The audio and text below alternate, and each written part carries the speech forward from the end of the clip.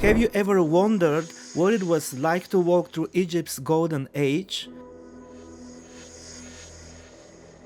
To stand before grand temples, sail in the Great Nile, and explore a place where cultures have met for thousands of years?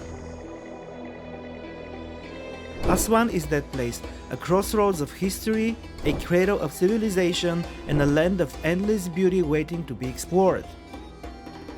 Come with us as we explore amazing places. We will visit the towering temples of Ombo, Edfu, Philae, and the incredible Abu Simbel, curved into a mountain. But that's not all. We will also visit the Nubian Village, where people live in colorful homes, speak a special language, and welcome us with big smiles. Get ready for an adventure full of history, beauty, and culture. Now, let's begin our adventure.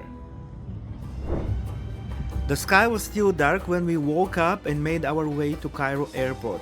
We were sleepy, but the excitement kept us going. We were on our way to Aswan, a place filled with history, beauty, and adventure. As the plane took off, I looked down at the endless desert and the snaking Nile cutting through it. A few hours from now, we'd be standing by the great river, surrounded by stories of pharaohs, engineers, and Nubian heritage. As soon as we landed, the air felt different. Warmer, softer, slower. Aswan is not like Cairo. Life here moves at a different rhythm, one dictated by the Nile, by the ancient stones, by the golden light that bathes everything in warmth.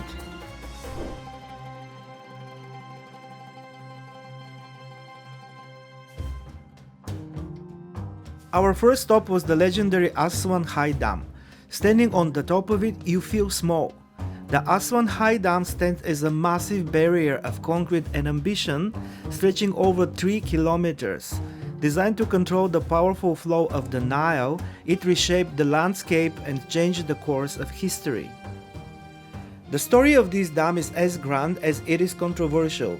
Built in the 1960s with the help from the Soviet Union, it was meant to bring power, irrigation, and flood control to Egypt. And it did. But it also brought sacrifices. Thousands of Nubian families were displaced when Lake Nasser swallowed their ancestral land. And today, the challenges continue. So I'm standing here on the High Dam, or the dam on the River Nile, which is the third largest in the world, built in the 60s and 70s by the Egyptian President Nasser. That's why the lake over here is called Nasser Lake. The dam changed the ecosystem. Farmland that once thrived on natural flooding now needs artificial fertilizers. Fish populations have shifted, and beyond Egypt's border, the control of Nile water has sparked tension with Sudan and Ethiopia. As Ethiopia builds the Grand Renaissance Dam upstream, the politics of the Nile grow more complicated. Who controls the river? Who gets to decide its future? Standing here, you realize that the Nile is more than a river. It's a lifeline, a force, and sometimes a reason for conflict.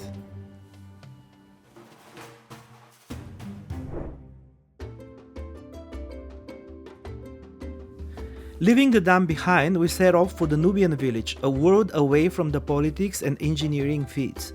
You can reach the village by car or boat.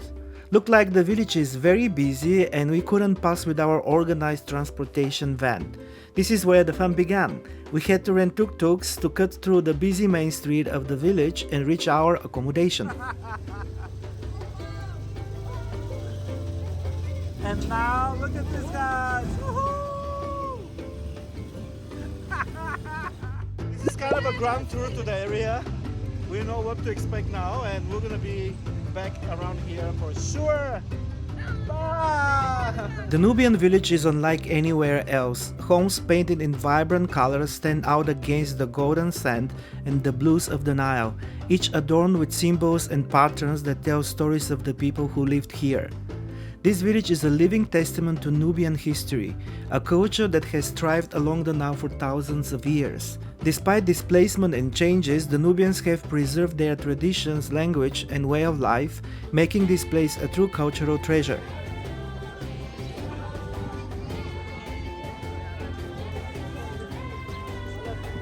Nubians have lived along the Nile for thousands of years, long before modern Egypt took shape. They have their own language, traditions, and architecture that feels almost magical. Homes are built with curved roofs to keep them cool, and every wall tells a story through colorful symbols and murals. Nubian culture is a story of survival and strength. When Lake Nasser was created, entire communities were forced to leave their ancestral land. Despite this, the Nubians have fought to keep their traditions, language, and way of life alive. Today, they continue to share their rich culture with visitors, offering a glimpses into the history that refuses to be forgotten. Walking through the village, you feel the warmth, not just from the sun, but from the people. A Nubian home is always open. We were invited in, given karkadesh, and shown handcrafted jewelry and textiles, each piece a connection to an ancient past. The streets are alive with vibrant vendor stalls offering everything from fragrant spices and herbs to colorful clothing and beautifully crafted souvenirs. Every corner is feast for the senses, filled with the aroma of exotic scents and chatter of friendly merchants sharing stories of their craft. One of the most fascinating things was the village's connection to the Nile. Unlike in the cities, life here still revolves around the river. The river is full of life, with boats gliding across the water, excursions exploring its beauty, and locals engaging in activities that have connected them to the Nile for generations. It's a place where the rhythm of the water shapes daily life and where the river remains the heart of the community.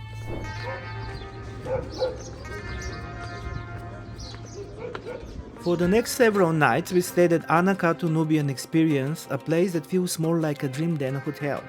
Imagine walking up to the sounds of water gently lapping against the shore, stepping outside to a terrace painted in bright colors, and having breakfast with a view to the Nile stretching endlessly before you. How are you, babies? Are you ready to eat? Yes, so hungry. Yeah. Everything in Anakato feels authentic. Hand-woven blankets, Nubian patterns on the walls, and the quiet peace that wraps around you like a warm embrace.